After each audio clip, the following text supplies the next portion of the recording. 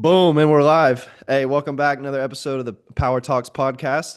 We're not too excited about this episode today since it's just another big booty fitfluencer that we have here. Mm, So, no, I'm just kidding. But we have Cliff here, the creator of FKT. Has been working in fitness for over 20 years now, right? 2001 you have in your Instagram.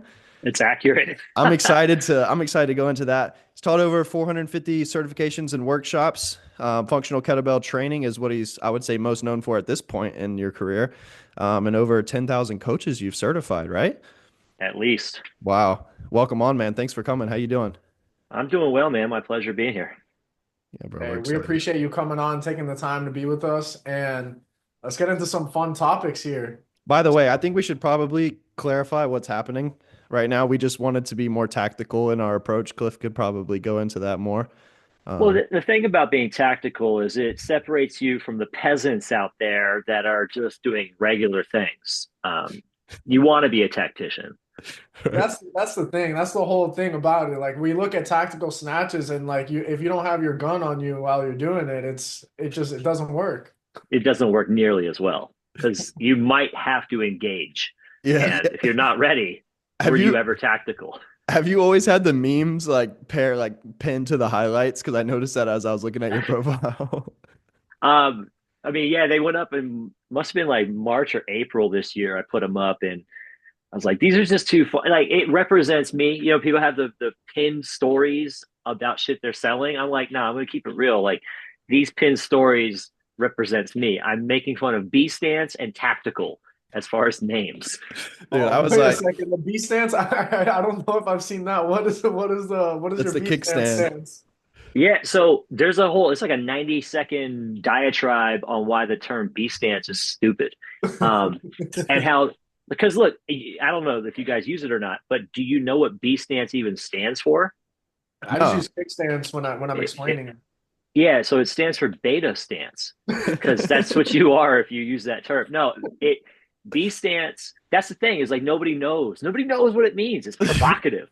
It's but I give the whole history of like actually why it's called B stance, and it's because I forget the guy's name right now, but this gentleman he wrote a book called The Fitness Composium. This is well before social media existed, so back in my day, not your guys' day. Was on the forums for Dragon Door when there was only one kettlebell cert, and he was based in Arizona, which is where Josh Hankin was. Josh Hankin used to teach for RKC, does DVRT, which was used to be called Ultimate Sandbag. They trained together, and this one gentleman, and I wish I remembered his name. I almost have to look at my own damn Instagram and find out. His first name started with a B, and it really liked a squat, which was a kickstand squat, and so they called it the B stance squat because he named it after himself. And that B stance squat was then shown to Brett Contreras at some point, is my understanding, because he also used to live there in Arizona. And so he started calling a B stance squat a B stance squat. And then anytime he used that same stance for a different setup, he just carried over B stance to that setup. Brett having an enormous influence on the entire industry as he used that terminology caught wind. And a lot of people think it's because Brett starts with a B, but Brett says that's not the case. It just happened to fit. And so because, popularity contest is what fitness is a lot of the time, um, that just kept perpetuating into more people using B stance. And now I promise you, if you ask 100 people, like, what does B stance even mean? People don't have a goddamn clue. They're just parroting the information without any critical thought.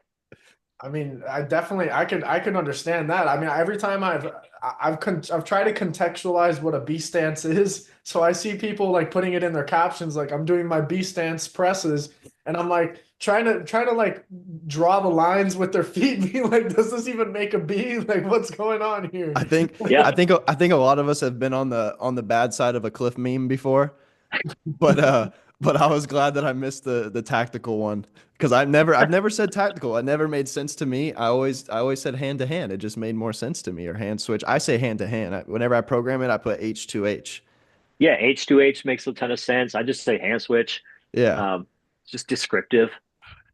I Yeah. mean, look, I like was if on the you winning side of that explain it to cliff meme. someone and you tell them tactical snatch, like that just like it completely switches up what it can mean. Like I remember, I work out with this girl and I've been working out with her for 3 years, and I put in the programming, I sent her the program tactical cleans.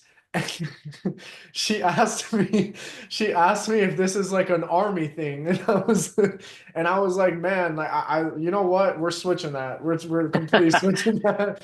We're not saying tactical anymore. Man, even worse though than the tactical cleans and snatches is what people call a tactical pull-up. Are you aware of this? No, but I've seen your meme about it. What do they call the Yeah. tactical pull-up? So normal pull-up grip, Okay. a tactical pull-up is your thumbs on top because if you climbed a wall, you couldn't wrap your thumb. It's the dumbest shit that I've ever heard. Because you're like, yeah, bro, that's really the same thing. What do Go you climb a call that? Do wall, you call that suicide grip? What do you call that? thumbless. Thumbless grip? Yeah, I call Yeah. it thumbless too. Yeah. I mean, look, there's times where I use the thumb and there's times where I don't. It's depending on like if my grip feels weak that day. Yep. Yeah, there's Yeah. certain So things where it just feels, feels better, or where you just feel the need to, I Sometimes just you feel gotta. get that into it's it. really important to tease the fitness industry because so many people want to take it so serious, Yeah. and we're literally working out. And Well, yeah, we were talking about this too, me and Andrew yesterday before today, and we were like, well, this was like what I noticed is like you do a good job of kind of taking note of what's going on, and then if there's like a trend, and then you kind of like go against the grain or put in your own little flavor. Do you do that on purpose, or does it just naturally come out like that's what you wanted to talk about today, and that's just so happens that can't be by coincidence, right? no, it's definitely not by coincidence. It's not like a real thought out process of like this is what I'm going to do to because there's definitely people that are against the grain and contrarian for the sake of being contrarian in order to drive views. I think I'm just authentically a shit talker Yeah. and like to poke the bear. And that's just what I do. Even like a good example, 2 nights ago, I was teaching a class at Lifetime, and this lady who's been taking classes with my wife, coaches at the same Lifetime, halfway through the class, she goes, "You're the instigator at home, aren't you? Because you're just teasing everybody." And I'm like, "Yeah, that's just what I do." Drives my wife a little bit nuts sometimes because like even my boys are shit talkers and they're 4 and 7. I'm like, it's just in our blood. I love it. I think it's hilarious, man. I think it's so good. I think we need it too because everybody takes themselves so serious and like, which by the way, I mean that kind of puts you in a bad situation too, kind of in like a stuck position if you can't put yourself out there and kind of, express your own ideas, Yeah, for sure. which of course you don't want to express nonsense, but you know. But yeah, man. Hey, so you do a lot of basketball. I see that you'd say that's did you play that growing up? Is that where that fire came from? That was my primary sport. I played college ball. Only JUCO. I walked on D1, but as a 6'1" skinny white guy out of high school, it's gonna be hard to play D1. Yeah, and you kind of don't realize that either until you're like standing next to because 6'1" is pretty tall for most people. I'm 6'2", 6'3", and but then you stand next to some D1 or some legit, guys, and you're like, oh, okay, yeah, I understand why I didn't get the Some of All those right, reps. so dudes, they're 6'3", Yeah, six. like the point guard, like the small guy on the team is like 6'6". You're like, what the heck? I Six know seven. that's it. Like I went from playing the small forward, sometimes even power forward in high school, two and the three in junior college, and then at D1, they're like, "You're gonna have to learn how to play the point guard because you're literally the smallest guy on the team." I'm like, "God damn!" So this is a question that just sparked, right? So you played in college, you played in high school as well. Was there a was there a physical preparation, strength and conditioning program during that time? And what was it Yeah, like? And could you dunk so at that time? I could dunk from the point I was 16, and Mm, so I've always been a pretty good jumper. However, that started in youth. Like I've always had a low hoop at my house since I was 6 or 7, and practiced dunking at every height that you could. And you know what gets you good at jumping? Jumping a lot in a lot of different ways. And so I had trampolines. I played volleyball. I grew up around the world. My dad was in the government, so every 2 or 3 years, different country. So I played literally every sport: soccer, rugby, cricket, baseball. So I had this karate, a large swath of physical development that I always had. And this is back when video games sucked and you didn't have internet. And so literally like for fun, you played capture the flag, freeze tag, hide and seek, and all sorts of shit outdoors all day. And so I was a very physical youth. Both my parents were collegiate athletes. So fortunate, right? Like I don't want to blow smoke up people's ass. Like, yeah, you too can dunk at 42 if you just do these two tricks. I'm like, no, I've been working on this shit for 42 years. Yeah. Um, Yeah, and what's the so I, number one exercise? yeah, exactly. Oh, it's trap bar deadlift. So the probably is, but the but so in in high school, the physical was there because in every sport we still had PE, so we always did push-ups and pull-ups, and it wasn't much in the way of lower body, but you don't really worry about that as a youth. If you're playing a bunch of basketball and soccer, you're getting jumps and you're getting sprints and you're getting the lower body athletic development that you probably need. Would it be better with some lifting? Yes. And then in my junior and senior year in America, there was an S&C program, and it was pretty classic bodybuilding style stuff. And but honestly, like as a youth, that's just GPP getting stronger in general, and then you do your sport specific in sport. That's going to be plenty good. Yeah. It could be better, but it's pretty good. Would you say, because like, I mean, there's like, I don't know, you just look at like Louis Simmons, who I would say modern day people follow his programming, right? Yeah. But if you read his stuff is based off of the Russian, methodology from before his time. So would you say has much really changed in the fitness industry in terms of programming? Like what have you seen that's changed for the better? So I think Kind of a before I broad even answer, question, but I think you get what I was saying by the way I prefaced that. yeah, and I want to make one point of clarification because when we say fitness industry, I think we have to differentiate different avenues True. because there's a lot of confusion of what one avenue might be good and how that would not be good over here. So It's very the true. you know ends of the spectrum, you've got Gen Pop Fitness, Orange Theory. Other end of the spectrum, you have actual competitive athletes who are doing S&C to support their sport. And a lot of times, the people that are over here talking about Orange Theory are hyper worried about things that these S&C people do, and there's no carryover. Like they just don't match at all. Or vice versa. You get an S&C person that's like, we got to worry about landing mechanics. And I'm like, this motherfucker lands on one leg after a 360 dunk with contact. I Yeah. promise him doing snap downs is a waste of time. So we have to figure out where we are at. Okay, so with that, Gen Fitness, one of the biggest mistakes I think they make is trying to be too gosh darn like, is that speed strength or is that strength speed that I'm giving Sally, mother of four, that hasn't worked out in 14 years? It doesn't matter what Sally's doing. She works out one day a week. Like, just Right. have her enjoy herself. So So therefore, okay, I want you to finish your point, but then I kind of want to jump into because this is how we set this episode up is because I didn't like go at you, but I was like, well, isn't this like wrong? But then we clarified like as to who you were talking about, like what you just described there. So so yeah, I'm sorry, just carry on and then we'll go on to some other topics like that.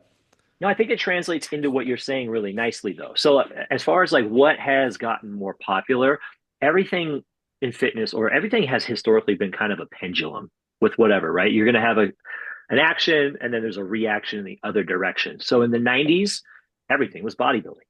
Everything was body part split, like muscular development, men's fist, muscle and fitness, um, get jacked.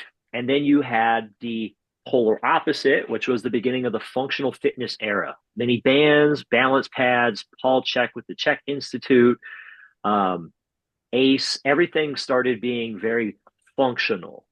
The pushback of that was like maybe we also should be strong and not just play with bands all day long. And you saw a redefinition of functional fitness into CrossFit, which really like peaked in the 2010 to 15 window.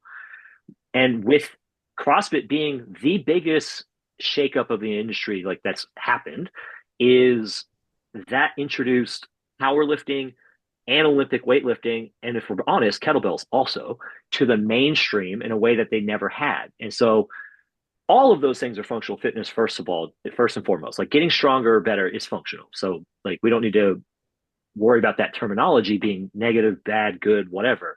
It's almost kind of like tactical in a way, In a way, functional. absolutely. Like it well intended and eventually bastardized. And I think that's where we're going with the Because term you'll athletic. have somebody that'd be like, "Oh, a deadlift isn't functional," but it's like, well, I mean, depends on what how you're classifying that term. 100%, right? Another thing that I'm seeing now a lot trending is that weights are bad. I'm seeing a lot of these people like functional patterns, like Goda, even what's his name? Yeah, those people, a lot of them are going into the term that weights are bad for speed development, for strength and all this. It's like you don't need that. The body has everything it needs. So it's are these trends like how are they developing? Like what are you seeing like because you've been in it longer than we have. So like what are you seeing as it's developing? It feels like the Marvel multiple timelines next to each other. So you're going to have certain people like Goda's behind, they're coming up, like they think it's new, but we've heard the same shit before. Functional patterns, etc. Like all these things are always happening concurrently, but the general trend was with CrossFit, people were like, oh, we can actually lift weights. And so CrossFit as a net positive of the industry was monstrous because it had more women lifting weights, it had more people lifting actual barbells and chasing a strength output versus just an aesthetic output.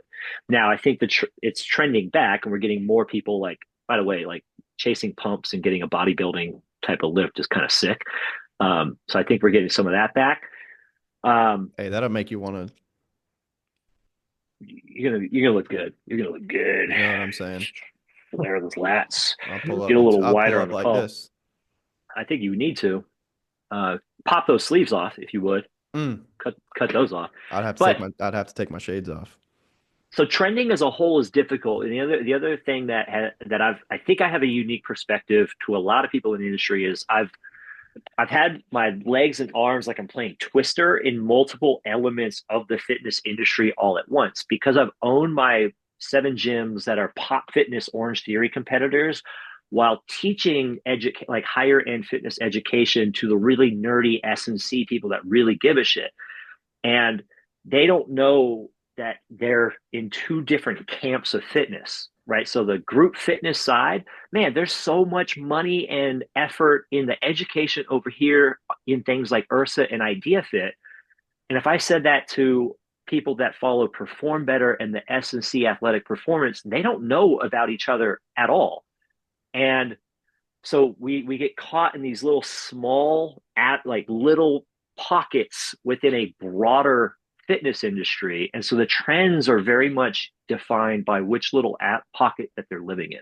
So Yeah. how do you go about giving this like because I assume a lot of it's carryover. I assume you're not teaching a completely different avenue when you're going to the Gen Pop and you're going to FKT. Like I assume like there's a lot of carryover, but is it more in the wording or is it more in how do you the way you go about The teaching application. people? Yeah, the application.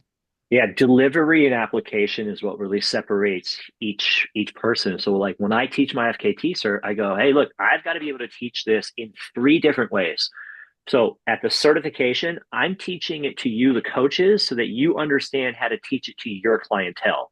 That's one application, but I would never take this level of in-depthness and time to teach a swing to my Gen Pop kettlebell class at lifetime, Well, and right? that's what Like I was just gonna say. You're only on number one out of three there, so we'll come back. But yeah, like I could take your certification and I could apply it to one of my fighters, or I could take that and I could apply it to a general population person, and they're both going to get great value relative to what their goals are. If I yep, have Sally Mama 4 who needs general fitness, she could benefit from FKT. Or if I have, someone who's taking their 27th professional fight, I could also apply some of those movements to them and they can get great value from it. So yeah, 100. number two. Number two is just your Gen Pop, right? Like, Mm. hey, what do they need? They need a fitness result. Cool. What information do they need to get that? Minimal. They just need to be able to do the shit safely, and that's great. Then number two or three of the three is like, if either of you said, Cliff, I want you to write my kettlebell program. I'm good at kettlebells. Can you make it like really interesting?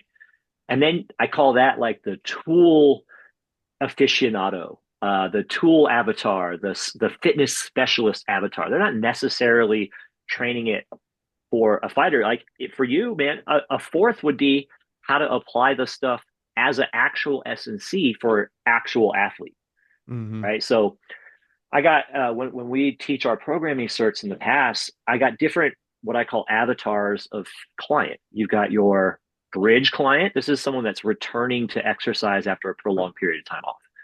Could just be life, it could be injury, whatever. They're just bridging from no activity to being active.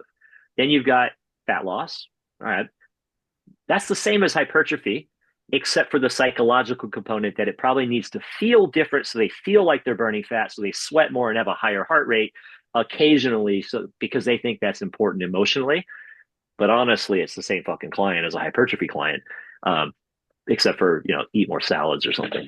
Then you've got your performance clients. It could be a strength performance client. It could be a endurance performance client.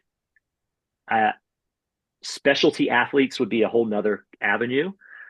And then we have our main clientele list, which I call the forever client. The forever client is just your client that's going to work out 2 to 4 days a week because they have committed to being healthy and fit. Are they really pushing really freaking hard to get as lean as possible or as big as possible or strong as possible? No, not a chance, right? They're just managing. And that's an awesome client because you'll keep them for 10 years if you don't fuck it up. So Right. Majority of coaches who are listening to this right now or who you've certified, those are the people that they're working with.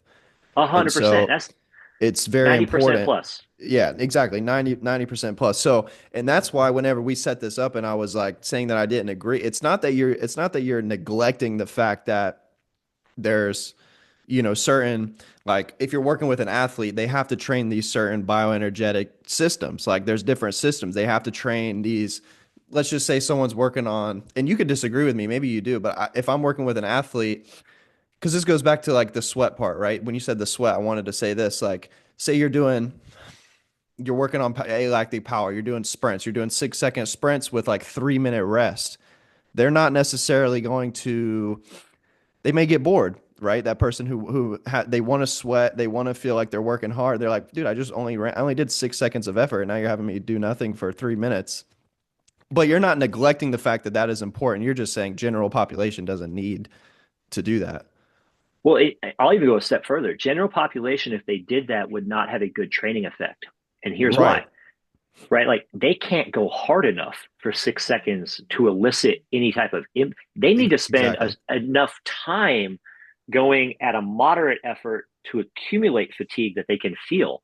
And if you let them go too hard too soon, what are they probably going to do? Yeah, they're going to injure Now, themselves. Yeah, they're going to get hurt. Yeah. that's a So point that I sorry for interrupting, but that's a point that I've really been driving on, especially working with people that aren't experienced, is your level of athleticism per se is how well you're able to recruit multiple units at once. So it's like somebody like me who I've been working out since I was 8 years old, I can get to that threshold point. I could get to that 90% pretty easily. And it's like I could do 4 reps and that would be the same as someone doing 12 reps. yep. So like is that's what kind of what you're touching on, right? Yeah, and it could be from a whether it be an actual motor unit recruitment standpoint, like you're saying, or it could just be, which is related to the next thing I'm going to say, a skill based thing. So, for Hmm. instance, on every Wednesday night, I teach cleans at the Lifetime Wannabe CrossFit class. The clients that are in there cannot clean well enough to handle enough weight for 3 reps with a 3 minute rest to be worth it at all.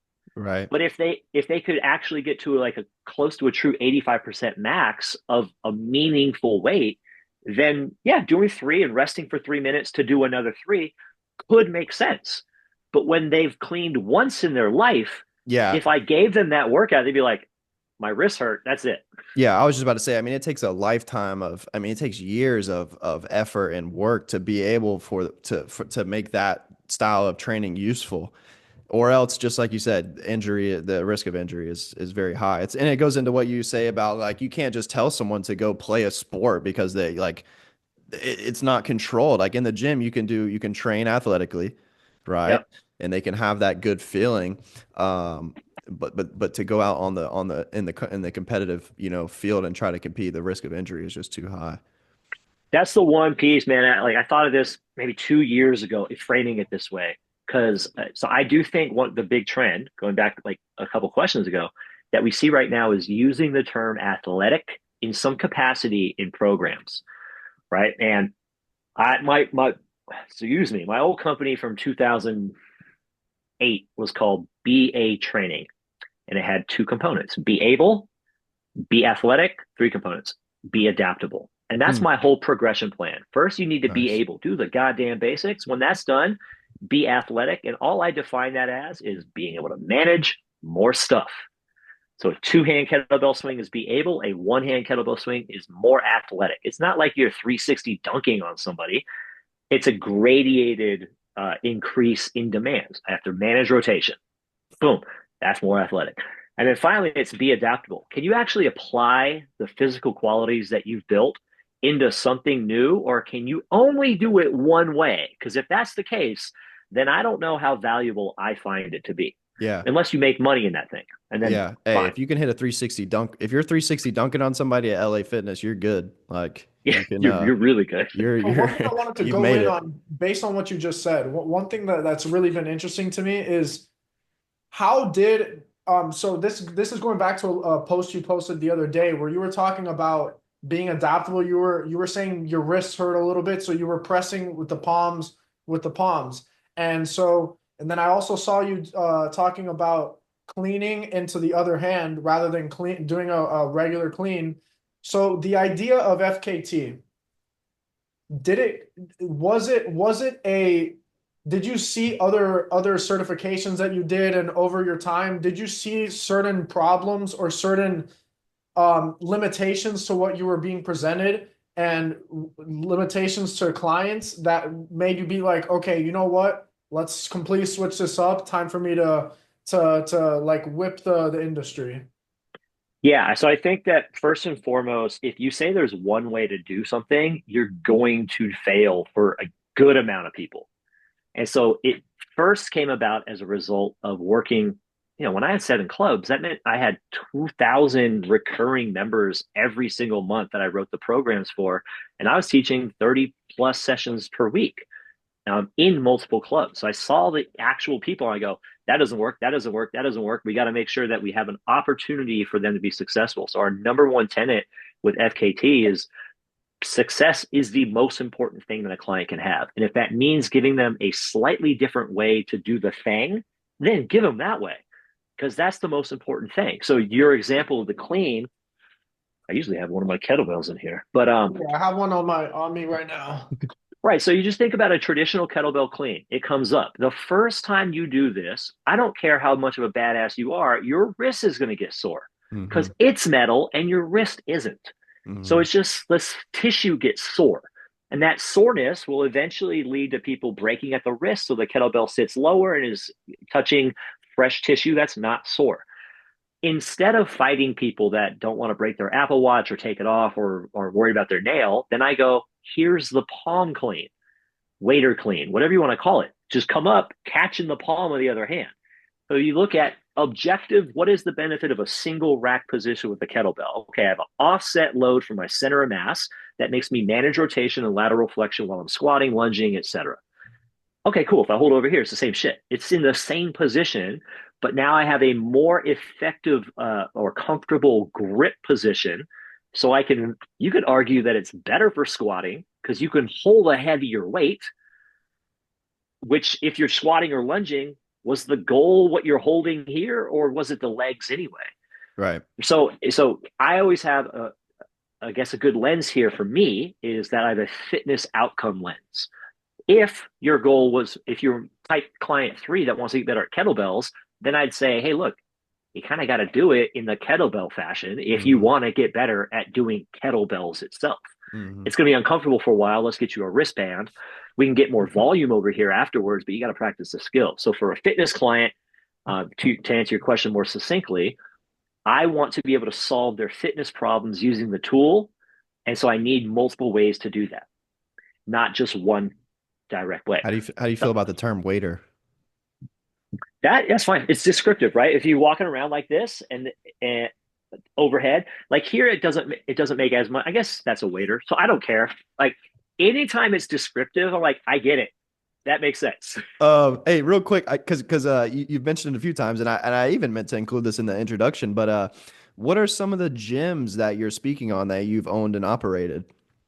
So it's this gym company called Fitwall, and it was a bougie boutique gym in a couple spots in San Diego, Orange County, It was a Scottsdale, chain of all the Denver. same name that you're Yep. talking about? So we had seven. Okay. Four of them were franchises. I guess we had eight. Four were franchises, four were corporate, and yeah, they were a 40-minute full body workout. It used this funny piece of equipment called the Fit Wall, which is like gladiator stall bars up Mm-hmm. against a wall. I built our own heart rate monitoring system and video delivery system. I've seen those. Um, You created that?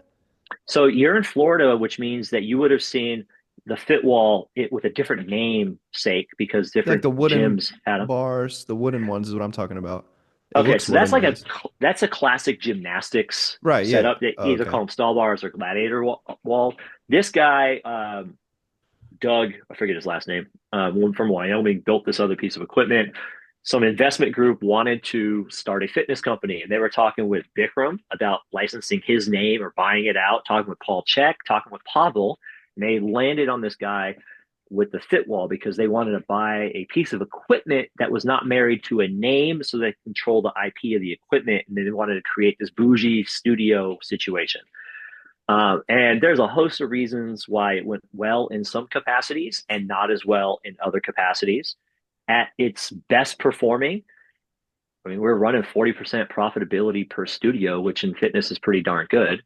Yeah. Um, but then the most recent owner he overextended his hand in a couple different business things, signing a new lease that was way bigger and had a different business proposition than our original game plan. And then COVID happened, and we were like, "Oh, just close them because we're in California and it's just close them." I was just Two of about them to were, ask where, yeah, so you're in California, huh? yeah, I'm in St. Louis now, but that was Okay. that was that was California. Two of them in Denver are still operational, doing well. Oh, Um, wow. Very nice. but it was a cool experience, and that type of 8 year, I think it was 8 years, 8 years of running that and having that much exposure to different human beings in different markets, running the same program, um, being limited in what tools you have access to create the adaptations in people that you want to create. Like it's a hell of a learning experience. Yes. So Other that other leads, yeah, sorry, go ahead. other than that, I ran my own boot camp in San Diego for a long time. That was all kettlebells. I've worked in big box clubs, and I currently teach at Lifetime a couple classes a week because if I'm training people to train people, like if I'm not still doing it, I just honestly feel like a fraud. And even though I did it for 20 years, right? When I go teach you, I'm like, and I did this on Wednesday with Sally, and she liked it. I promise you'll be successful with it. Well, and I'm sure you like it too, or else you wouldn't be doing it, Well, especially for yeah, this long. yeah, and I get a free membership for me and my kids, the free Yeah, babysitting. It's a nice sick. deal. Yeah, absolutely. I love it. Lifetime is one of those gyms that I was telling Brett yesterday, out of all the fancy gyms, there's Lifetime, it really does hit the mark with all their functional equipment. They have that awesome setup usually where it's like 8 squat racks in a Yep, line. yep. Yeah, they're That's opening one here in Jacksonville, so I'm definitely going to check it out whenever that happens. So this did lead me into the next question when you were talking about your gym. So what are some common mistakes you see with coaches? So I did programming and business, but we could just start with business and then go to more programming for if it's like a one-on-one or maybe they're creating their own group class. What are some common mistakes you see and what are some solutions that someone could do in the business and then in the programming side of things?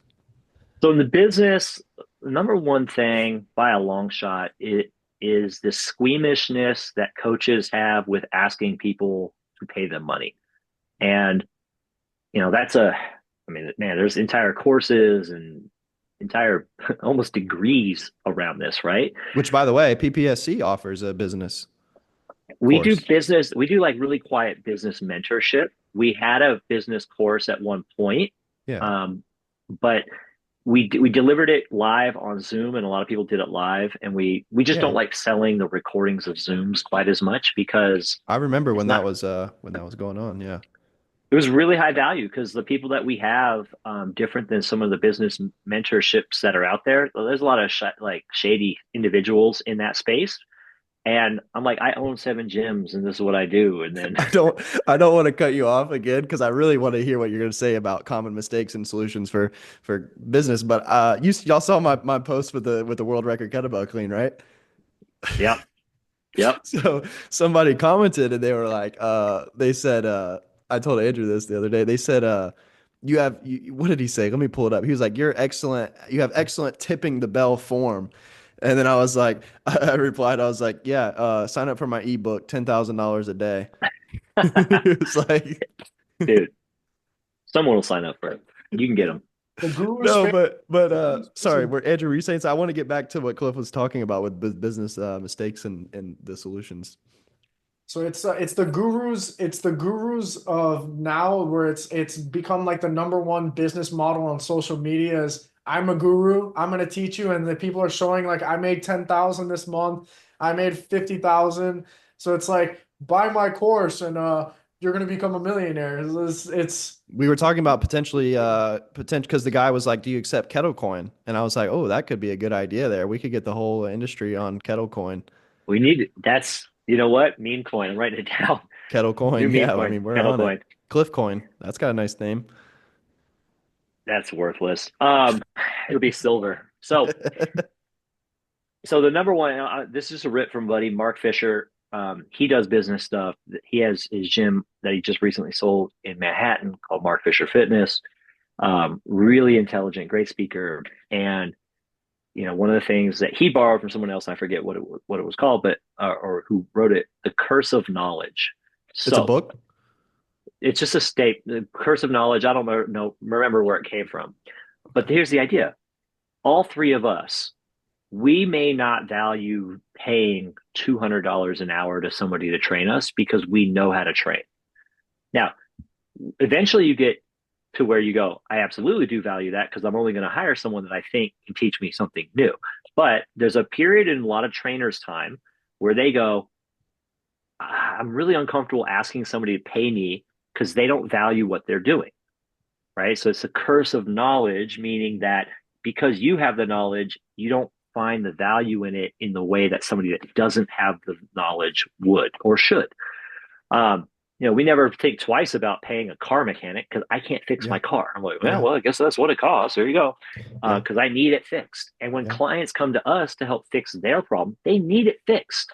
Right. Like we Yes. can all, and these same trainers a lot of times will get pissed to like, I can't believe that asshole is charging 150 an hour.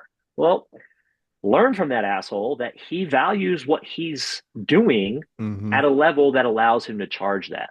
So it's less of a rah rah, like pump you up to charge more. It's more like, hey, understand, trainer, you have the knowledge. The Yes. person asking for your help, they don't. And so they value it. So it's Yeah. okay to And think charge them about the for it. money that you've spent on your education.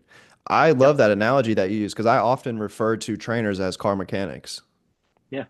Yeah, Yeah. We, I often because we know the ins and outs of the body, and the mechanic knows the ins and outs of the car, and it's just like you said, you don't. I mean, you pay the mechanic, you don't think twice about it. Someone who wants to take control of their life and their fitness is going to pay the mechanic, which is you, the trainer. yep. And then the second piece um, is you gotta be cool. You gotta be fun. You gotta be likable. Be you. Gotta be Be like, tactical. yeah, be tactical. Like whatever your personality is on what your fun alcohol is, right? Like some people they get more fun when they have a shot of tequila. Some it's more fun if they have a shot of Jaeger. Some get angry if they have a certain alcohol. Don't do the angry one, but like whatever your fun alcohol you is, be that person well, not a sloppy drunk, but just like the more you, be fun, man. Because they're not at the end of the day, most people, yes, they say they want results, but they're buying the relationship even more Yeah, than they're buying the results. yeah, It's a therapist. It's a therapist in the end of the day. Like, Yeah. and one of the things that I heard on a podcast yesterday was the justification of paying. So this guy was talking about a story where this woman bought a purse and she said she couldn't afford his training anymore, the guy in question. And he was like, well, how much was your purse? And the lady said 400. And then the guy said, he said at this point he felt as if he completely lost her as a client, so he wasn't trying to sell her anymore. He just said whatever the hell came out of his head, which was, lady, if you train with me for 2 months, it doesn't even matter if you're wearing a $10 purse. People aren't going to be looking at your purse, they're going to be looking at your body. Yeah. And he said that she returned the purse the next day and started training with him again. Because the thing Yeah. is, like, in the end of the day, like, trainers are sculptors the same way we like working out yourself, working out on your own. You're considering yourself as a sculptor. You're creating a better body. You're creating that image that you have in your head for tomorrow. Yep. And Yep. it's just it's simply put, like, the more investments you put in your body, the less investments you have to put on the clothes you wear. I mean, obviously, if you look good, you can wear a $10 shirt and you'll look better than the guy wearing the $400 shirt who's sloppy. Just pop the shirt off, really. Yeah, well, there you go. Now, see, now we're really getting somewhere. Now you're getting somewhere. Yeah, but y'all are both. You're right though. It's always like it's not the suit. It's the physique under the suit. Or I butchered that, but there's a saying like that out there somewhere. Andrew, you probably know it being in Miami. I mean, look, like down here, everybody is they're a little bit too concerned with their image. And but I will say it's a great place to engage in the fitness business because everybody, I would Yeah. say there's a solid 90% of people here that are at least going to some core power yoga, some Orange Theory, some Sweat 440.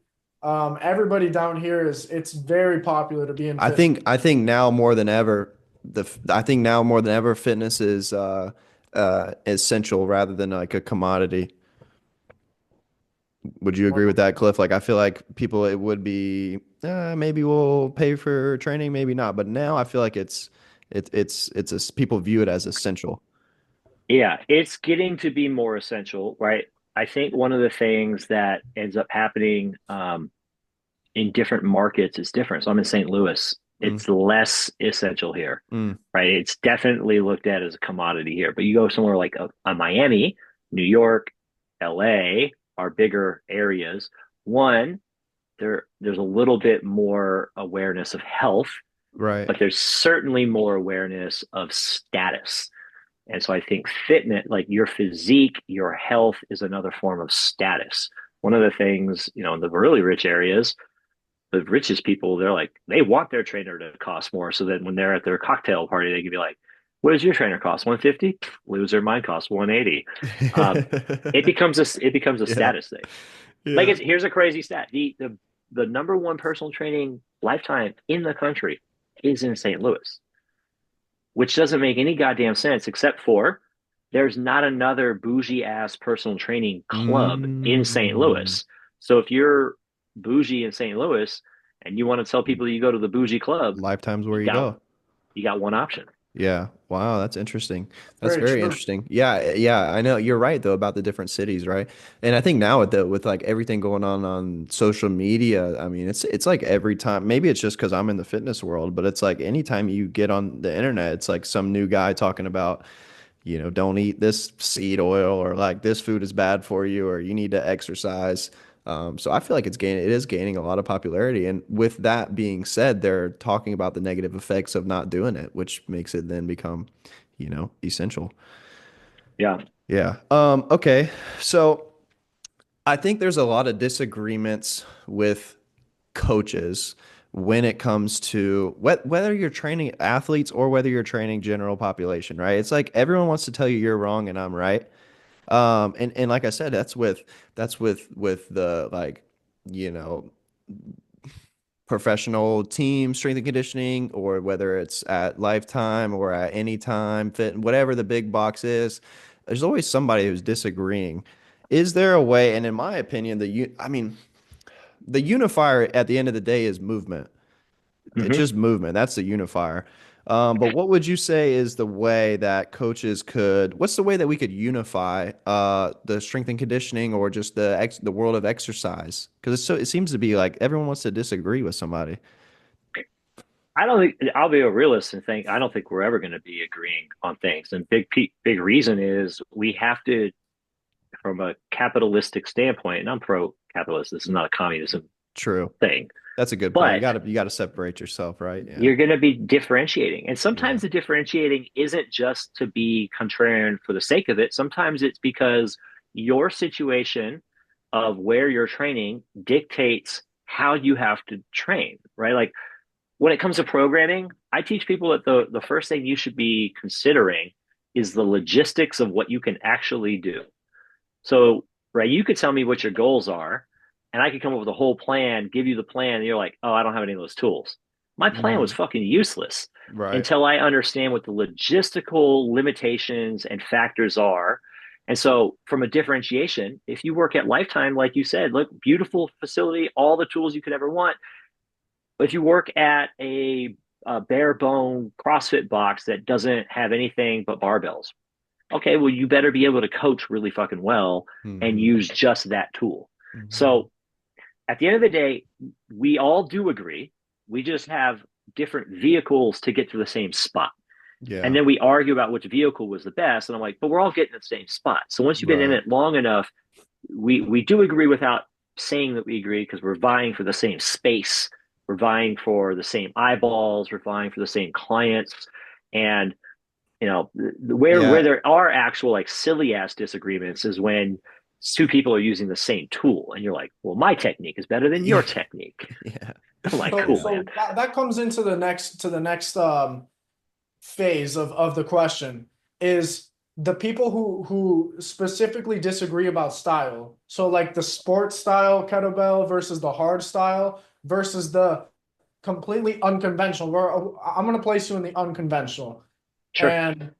And where would you say putting all those together, where is it that it's one person is like in my opinion, nobody's wrong or right. It's just the absolutism of each side that becomes wrong. So I say this pretty openly about hard style. So I'm a fan of it. That's my be able component. That's the starting spot, right? Mhm. So it's not that it's wrong. To me, it's incomplete. And could you just do hard style and obtain great fitness outcomes? Absolutely. People do it all the time. Is it as robust as it could be? No, absolutely not. Sport, it works really well. Do people get fantastic physique goals and fitness gains? 100%. Is it exciting? Absolutely not. It is god awful boring. You do the same three things endlessly. That hurts my soul. I'm doing a sport cert next weekend that I'm having my whole staff go through because I want to make sure that we understand all things kettlebell because we are trying to teach in a way that's like, no, look, it can be here, here, here. Here's why. Here's why. Here's why. So with sport, that's the key word. The goal is the training. The training is the goal. You're training to do the sport, and so there the form you pick 100% makes sense because the goal is efficiency in technique so that you can go longer and you can drive bigger repetition numbers over 10 minutes, right? Right. So the technique there is more important than in hard style or fitness. In hard style or fitness, it's like, I need to have an overload on the tissue. Okay, that's it. Like outside of that, like how you set things up really just it helps the client pick where they can be most successful. And then based on how you change the setup, it changes which muscles are getting most of the overload. And that's really all that the form changes. So when people are like, that's wrong, I'm like, no, it's more adductor, not wrong. My feet are wider. It's more adductor. Your Yeah. knees bent too much. That's just more quad. Like, what are Listen, we if you talking about? take all of the little subdivisions of even, I mean, we were just talking about specifically kettlebell, but it could be anything. If you take all the subdivisions and you reduce them down, right? It's just movement, just engineering better movement is Yeah. the end goal of the coach. So if you can And just so if you can do that and do it efficiently and engineer better movement for the client, then I think you're doing the right thing. here I'll press you on something because I have what I think is the best definition of what it means to move well. What Mm. does it mean? Like, how do you define better movement or moving well? I So like to oh, Andrew, yeah, go ahead. okay, so when it comes to better movement, the way that I describe it is the gym is muscle oriented task. Real life is task oriented movement. So it's better movement means that if you go into real life, you don't have limitations into what you can achieve. So it's say I need to pick up a baby and carry groceries. That's basically like an offhand set kettlebell lunge or kettlebell walk. So it's like I can achieve certain outcomes based on my training or based on whatever limitations I don't have and effectively achieve movement outside of the gym. So that's what I qualify as movement prowess. I like that. What about you? Yeah. Yeah, I mean, I agree. I mean, everybody has their own. It depends on. It goes back to who you're, who you're working with. Yeah, it goes back to who you're working with. But yeah, I agree with what you said. I'm interested to hear yours, Cliff. Well, so specifically, what I really liked is that you said task based, which to me means can you adapt your fitness, be adaptable to what you have to accomplish. And then what you said I really like, which was it's specific to the individual because you work with athletes. And so if you're an athlete, moving well means doing well at your sport. Right. For like Andrew's example of mom carrying a baby, yeah, that's specific to what activity she has to do. So my definition is this: you can move in different ways and do it on purpose. Okay. And so what I mean, right, like you get these arbitrary standards of what moving well is, the FMS, the seven tests, the overhead squat assessment in NASM. You can deadlift with a specific form. Okay, cool. Those are all pretty arbitrary things. Maybe they can tell you something about tightness and weakness and they could be useful. I'm not knocking them. I'm just saying that doesn't capture moving well, right? Like moving well is can you do a variety of things and do it on purpose? And I think a step further is can you pick up new tasks relatively easily? Mm-hmm. That would be my goal, like the ultimate of moving well. Yeah. That may rub some people the wrong way because specialty athletes may not be able to do those things, but they're specialty athletes. You take a specialist power lifter, I promise they don't move well, but they're really fucking good at Yeah. powerlifting. But, see, yeah, and when you said your example there of picking up new things, my brain didn't go to powerlifting because that's like not It's an extreme sustain. example. Yeah, Yeah. it's extreme, but all sports are extreme. Fighting is extreme, or baseball, or whatever it is that it's all very extreme. But I would say like those athletes, let's leave out powerlifting. There's probably some others you could leave out, but they can do what you said. They can go about trying something new and do it relatively safely and efficiently compared to someone who is not an athlete or is just getting Yeah, into fitness for their health. definitely. Yeah. Totally agree. Yeah. And so one thing that really sparked my brain when you said be able to go into new things is that's basically the whole thing of FKT. Like you're doing so many different movements, you're swinging in like with the rotation, swinging outward, having these cross patterns. So it's like if you do go into a new task, your body is so used to having these different modalities, different ways of doing the same thing, getting the same outcome, that you can adapt very well to different movements. And I would say like I like that because one thing that I have found when I started working with the kettlebell was the limitless the range of things that can be done with the kettlebell, and there's no one way or two ways to do something. And that goes into my next topic. Do you think that courses and certifications in general limit people's ability to see these avenues? They can, they absolutely can, because you will have, they may not do a good enough job of saying this is our way of doing it, and it does not mean you can't do it in other ways. And it's understandable why they would do that, right? Like it's a bit of a branding thing. Honestly, it's just that's kind of what it is. Like, hey, we plant our flag. This is how we do it, and even if they don't say it outright, the implication is like this is the way to do it. Hmm. And if they're not clear about, hey, you could also go do this other stuff, um, then the takeaway from somebody would be that's how I have to do it. That's how I was taught to do it. And so when you get people that have played this game of telephone, you might show up and be doing like a rotational swing, like, oh my God, you're going to explode your spine. And that's completely wrong. And you're like, what are you fucking talking about? Like, I'm doing it with more weight than you've ever dreamed of doing with your theoretical pristine form. I So, think uh, I think a good coach should be able to coach anybody. I think a good coach should be able to coach anybody. If you need the strong first technique to apply to a client, that's great. If you need to utilize a little bit of that FKT, you should have that in your brain. You should be able to utilize that.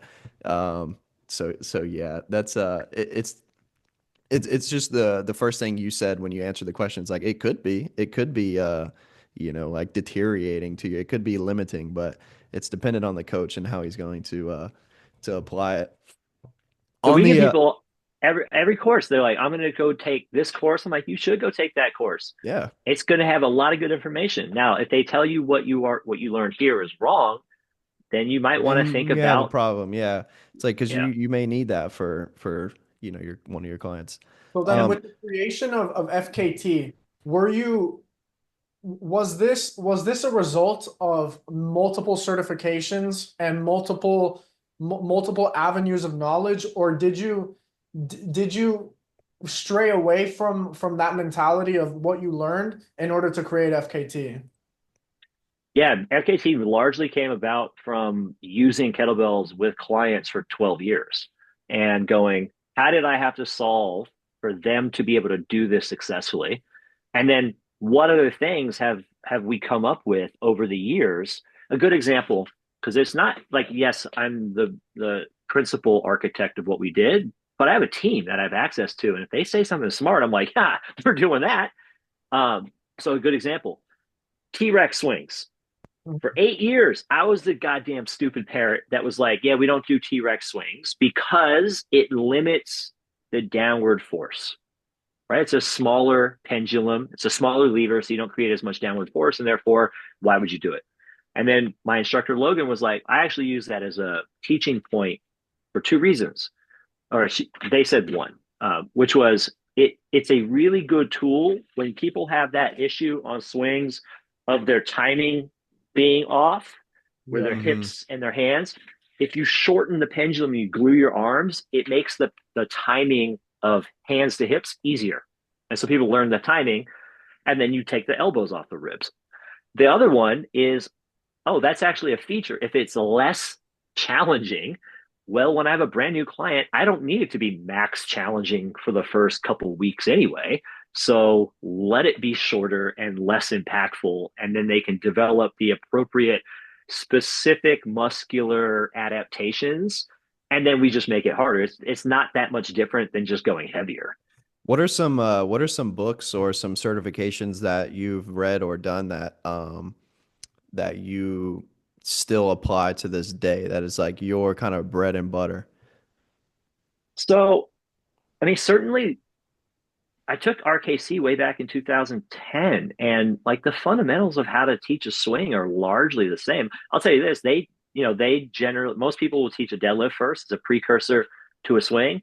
I don't Mhm. think that's the best way to go because I learned a different way from John Wolf when he was at On It, which is do an anterior loaded good morning first because you can develop rhythm there. You get a stretch reflex there. You don't get those two things in a deadlift, right? Mhm. It's individual reps, and it just works better for teaching the swing. And so when I took that in 2015, I immediately was like, oh, yeah, well, we're doing this as the intro to swings from now on. Um, Other than that, man, like animal flow, was good. FMS, I would just read the book, Movement by Gray Cook. It just makes you think about how movement works. It doesn't, I'm not saying to run the FMS, but just from a, hey, we train movement, not muscles. It's a little bit of a soundbite, but it makes you think about things in a different way. I think it's really a useful read for people. Um, Animal Functional Flow, I like. movement systems. Yeah, Functional Movement System is the name of the company. I'd be remiss to not say like come to PPSC, PPS Pain Free Performance Specialist certification. Hey, that was one of the first certifications I did, and I loved it. I did Okay. PPSC. I never did FKT, but I did PPSC and I loved it. Where'd you do it? I did it in Orlando with Kevin. Oh, beautiful. Kevin Mullins. Yeah, this is like when I first uh You did it at one of Kevin the first Messong's gym. certifications I did was that one. Okay, that's awesome. So PPSC, I'm the COO at PPSC and FKT is one of the things that we sell at PPSC. So Hmm. we sell, now we have three certifications, PPSC, FKT. So PPSC is pain free performance specialist certification. It's a fucking Hmm. mouthful. Then functional kettlebell training. It's called functional kettlebell training because we launched, originally we just made it PPSC times kettlebell is what we called it. And then we decided that we'd put out a training team on Train Heroic. And John Russin, who's the owner of PPSC, he's got other courses, FHT, FPT, and FST. So we called it FKT. And then that ended up being right at my avenue because the shirt said get FKT. And I was like, it says get fucked. This is incredible. Yeah, yeah, Absolutely. yeah, yeah. We got And to it keep fits that. your personality, like the whole troll mentality, you know? Exactly, man. And then the one that we just rolled out this year is called Lifelong Performance Specialist Certification. Mm. So there's a lot of certs, and obviously, like I should pimp what we do, of course. And so I don't want to do it too much because I don't want it to. But you just co-signed on the PPSC. The Yeah, it's thing that I great. like, the thing that I like about it specifically, and why I decided to teach it for John, was okay. It's a good, nice, well organized warm up sequence that you can absolutely use. It works really well. Do you have to use it? No, but it helps to contextualize how you might think about things like foam rolling and stretching and corrective Yeah, exercise. that's what I would say is it kind of opened my brain up a little bit. I don't necessarily use the six phase dynamic warm Yep, up. I could if yep, I did for a while. When I first came out of it, that was like, here's how we're warming up. You ready? Boom, boom, boom, boom, boom. Six phase yeah, dynamic warm up. But yeah. but yeah, you'll learn from everybody and anybody. If there's a certification out there and you go, you're not gonna leave and not learn something. Totally. The thing I would tell people is go take something that you is way outside of your wheelhouse because a Yeah. lot of people will go and just take more of the same shit. And I'm like, go to something that's going to challenge you, Yeah, so right? that was my mentality going into that because I think it was I don't remember the year. It was a few years ago. Um, but at that time I was mostly teaching fighting. I was teaching like boxing. I was teaching like classes like that. And then I wanted to get into the strength side of things and I wanted to train people on the weights and I was like, let me find a good certification. Found it, boom, did it. And but now I would say mostly I'm not opposed to any certification. I would do them all. But I read books. I get into the books. I get into the books Yeah, hard. So, yeah. and that's the most I, I've probably learned. But with the certification is great because you're paying someone to teach you what they've Yes, read. yes. Triphasic training, Yeah, yes. great book, that That one. one, that one has been on my list at the moment. I'm reading this one as well. I'm reading That's book. what I want to see, Cliff, is like those. I want to see all of those that you have, all those books, because I am very interested. Built from Oh, Broken. yep, I have Andrew that read right that one. here. yeah, yeah. That's why I pulled it out. Yeah, Um, this is a great one right here. yoga Yoga biomechanics. Okay, biomechanics. I'll add that Okay. to cart. Yeah, I just added the Great Cookbook. Oh, have you read the Rolfing, by the way? I have not read that. Playing Plain with movement. Rolfing, by the way, I'm not sure if you know too much about WEC method or anything like that, but I would say Rolfing was from the 50s, I think, or the 70s. Yeah. And that book is the whole idea is the mind and the body are connected. So, for example, it talks a little bit about your What's that one, Cliff? personality traits, What's that sports one? injury Sports prevention. injury prevention and rehab. What's injury and prevention. Oh, cool. Yeah, so I mean, I've been reading a lot about the idea of the idea of the body and the mind being connected. So Rolfing is the whole thing is like if your shoulders are slunched and you walk with a forward head position, that means you carry a lot of anger in your day to day, and you just haven't gotten over certain things in your life that have created a lot of anger for you. So it's not necessarily like I wouldn't say it's a method of training or a method of implementation, but it's more so a way of thinking. Cliff, what was that Okay. last book? It was I can't find it on Amazon. I typed it in, but I can't find I it. found it. It's sports injury and All right. prevention. I'll send you the Yeah, link. just send it to me. I'll tell you, I've read a lot. The best, most complete book. If there's a coach that's listening right now, or there's an athlete who wants to take advantage of you know getting their own knowledge instead of someone else telling them, they want to do the research themselves. The Governing Dynamics of Coaching by James Smith. Best, most complete book I've ever read. Hmm. Yeah, I'll pull it up on Amazon Right for you. here. This is Rolfing, reestablishing the natural alignment and structural integration of the human body for vitality and well-being. This And is the then book, Cliff, if you are interested. Um, The Governing Dynamics of Coaching. Okay. and James Smith. then So James Smith is he's worked with NFL. goodness, he's worked with but he's worked with more than NFL. I mean, he's worked with a ton of people. Charlie Francis, he's worked with just big names, big names. A lot of professional, but he's a what's the word? Not mentor, but anyways, it's a phenomenal book. It's a phenomenal book. It's complete. It's very complete. It goes into Yeah. everything.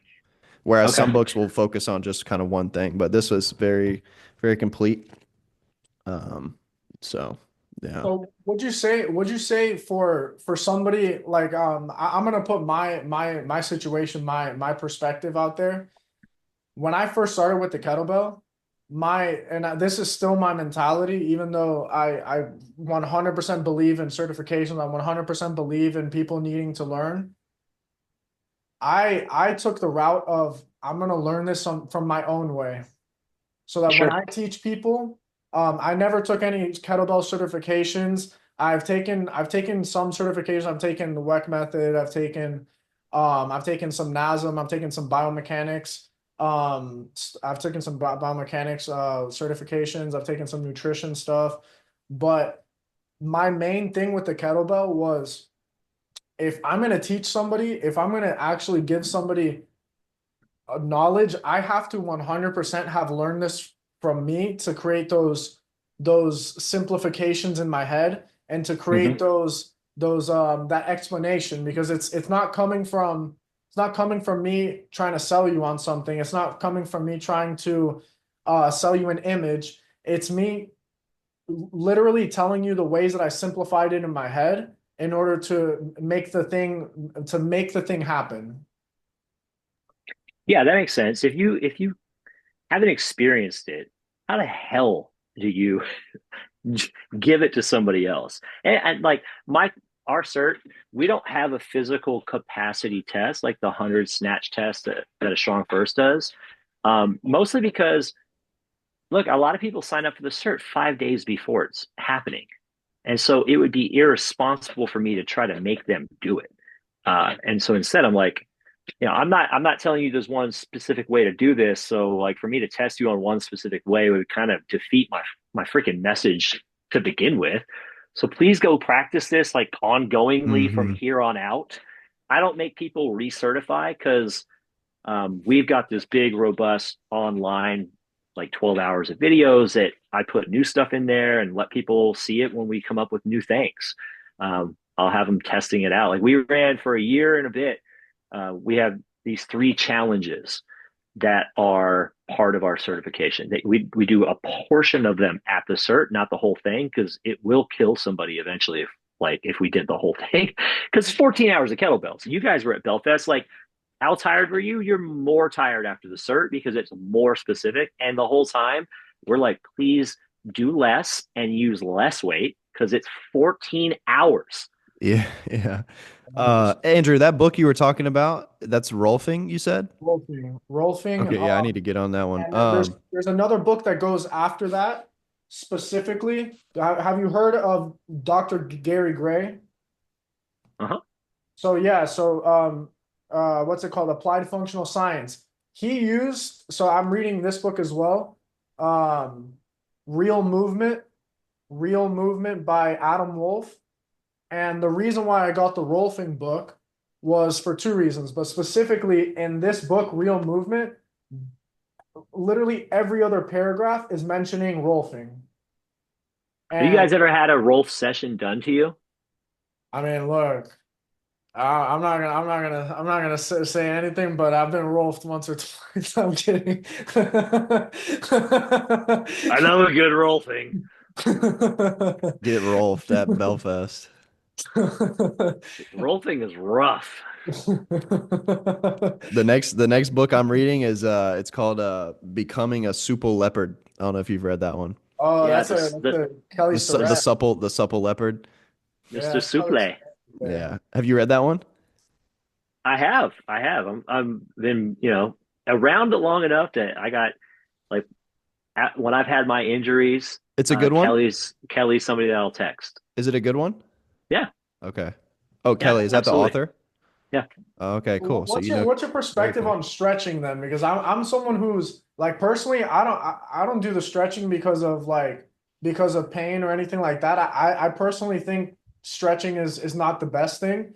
I just do it because I love the mobility. I love like being able to get into a split or the ability to just do absolutely anything that my brain comes up with. So that's my reason for being hyper flexible. But what's your perspective on like the mobility? The hyper concentration on mobility for pain management. There's enough. All right. So my real world opinion is this: there's so many disparate uh, type of techniques and methods and systems and sports and countries and everywhere that come back to the importance of maintaining some manner of flexibility. And it's been that way for thousands of years. So if that's been the consensus for that long, then it's important.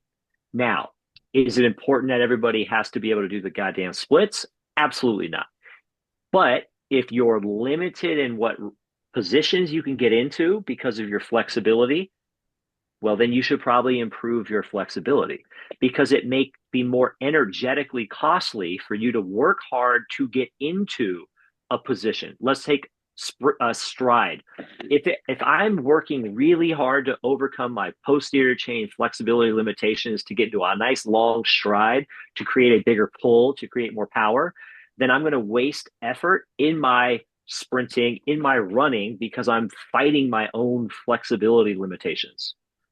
Conversely, if you're tight, it may tune you up to be more powerful. So it comes down to what your needs are. If you're a fitness client who just wants to be comfortable in life, you know it's probably going to help you being more flexible.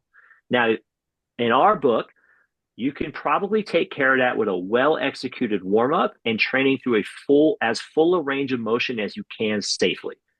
If you would like to push your flexibility further, then chasing flexibility for flexibility's sake can certainly help with that. And in a lot of instances, it will help certain achiness pains for people get better.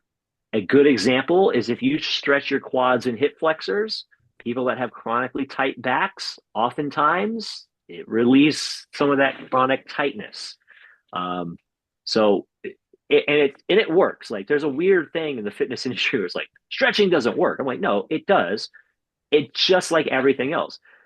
Like, how long does it take you to get noticeably stronger? 4 to 6 weeks. And then what do you have to do to maintain that strength? Okay. Keep practicing it. So flexibility, a lot of people are like, they'll be like, you got to do it and you got to do it forever. So, it doesn't really work. I'm like, that's how all fitness works, man. That's every aspect of physicality. One If thing you I want stop I doing anything, it stops. my bad for cutting you off, man. But like one thing that I've really been that's been reoccurring in my head and reoccurring in my feed more specifically is the idea if your biomechanics are correct, then stretching is completely obsolete. So what does that like? What does that mean? I don't think it means anything. So the is the way I would look. So there's so many different reasons that you might develop tightness. You could have had a pre-existing injury, and then your brain has a neurological like breaking on the body in that area. And stretching, if you go into it with like some really super soft, long duration stretching where you breathe into it, you are literally teaching your body to receive that different position and rewire the neurological connection to that area. So that could be useful.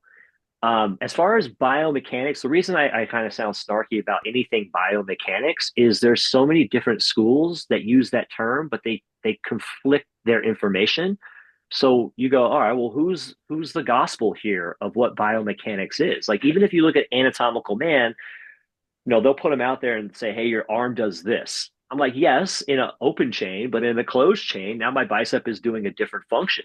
So there's just so many nuanced differences in what the correct biomechanics could be.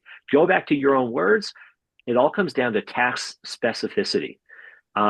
How are you doing it in that task? If the goal is to accomplish the task, then I don't really give a shit how you do it as long as you don't get hurt. A lot of the measures, the yardstick of what we do in the fitness industry of what is good biomechanics is, can you lift the most amount of weight? And sometimes we should look at a thing and be like, do I even want to lift the most amount of weight in this goddamn position? Yeah. Probably not. I think that was the greatest answer I've ever heard. That was, I love that. It kind of sent me off a little bit. Well, I mean, look, it's so real because I Yeah. like personally, like I think of these guys like functional patterns and Goda and even to a lesser extent Weck method, where it's so focused on the proper biomechanics, which like really does not exist. Like I'm a swimmer, so like I've seen so many different techniques, but people are breaking world records. People are really freaking fast. They're really freaking good at what they're doing, and their positioning is so different. This is so different. Their hand positioning, the way they grab the water, the way their shoulder connects to their lat, the way that they're rotating, for example. Some people don't rotate that much. Some people are hyper rotating, and it's like, how can you possibly tell me that there's a blueprint for a human being when I think if you've hit a plateau, like with everything else, like, I mean, just talk about strength training. I mean, if you're, how much value is putting 5 pounds on your deadlift really going to translate to the sport? It's like, then maybe we can get into some more technical, things and fix up some of the mechanics. Let's I want to in closing here do a speed run of questions for you here, Cliff. I'm With ready. some funnies in here, some funnies in here. this is called the joke question or the Yeah, funny the joke question question speed run questionnaire. here. I'll start it out, man. What's the best exercise? Bulgarian cleans. All right, and next question. What's your max tactical snatch? 132 for 7 reps, and I can't get the 150 yet. How can I be more tactical? Camouflage thong. So we saw you running with one of the Vex what are they called? The two Vipers. the Vipers. There we go. So I think is that part of a tactical training program? If you ever intend to use a bazooka, I would highly suggest it. Where are the best Nerf guns sold at? Walmart, and it's called Adventure Force, but you have Adventure to do the Force. online ones because they have a couple of them that shoot really hard. I have one in this office somewhere, but I won't let my kids use it because they will lose an eye. I Okay, need to. and I should next probably get one. question. How do you fit all that booty in those shorts? Spandex. Spandex is crazy. Oh, oh goodness. I think that's about the extent of the questions there. I love it. I like the rapid fire. We have Rapid reached the fire tactical capacity of this of this this episode. podcast. Oh man, Oh my God. dude, that was great. This has been I a just great got episode, man. pinged. I think there's a lot of things that coaches or whoever else may be watching this can learn from. And so yeah, we really appreciate you coming on. Andrew or Cliff, any closing thoughts, anything you want to promote? No, man, if you guys ever want to, have an interesting take on kettlebells and I promise do a bunch of stuff that you probably hadn't thought of doing with kettlebells before, FKT in your all over the country is a good place to go. But our PPSC cert also is really quite educational.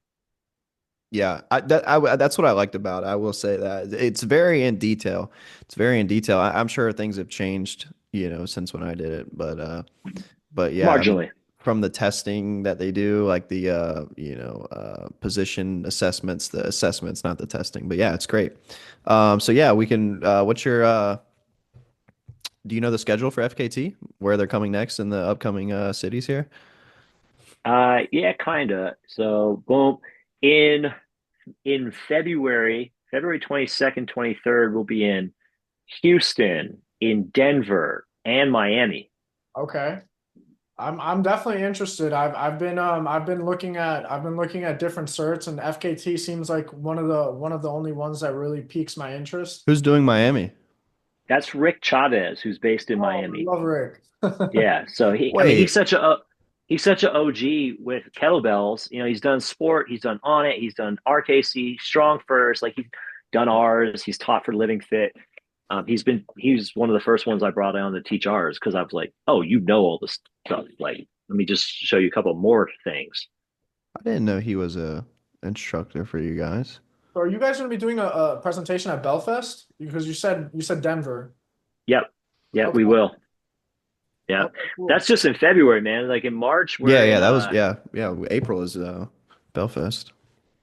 Chicago, LA, and DC. In April, we're in Dallas. In May, we're in New York and San Francisco.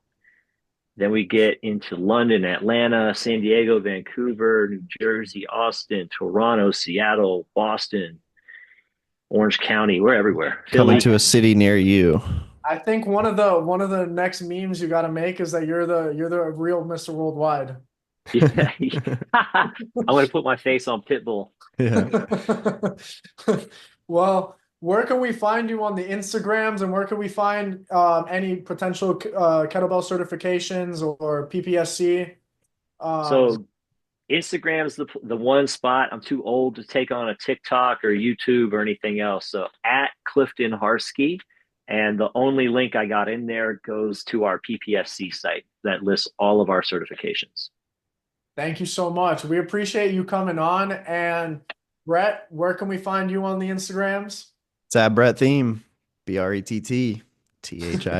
It's pronounced theme. It's never been anything else.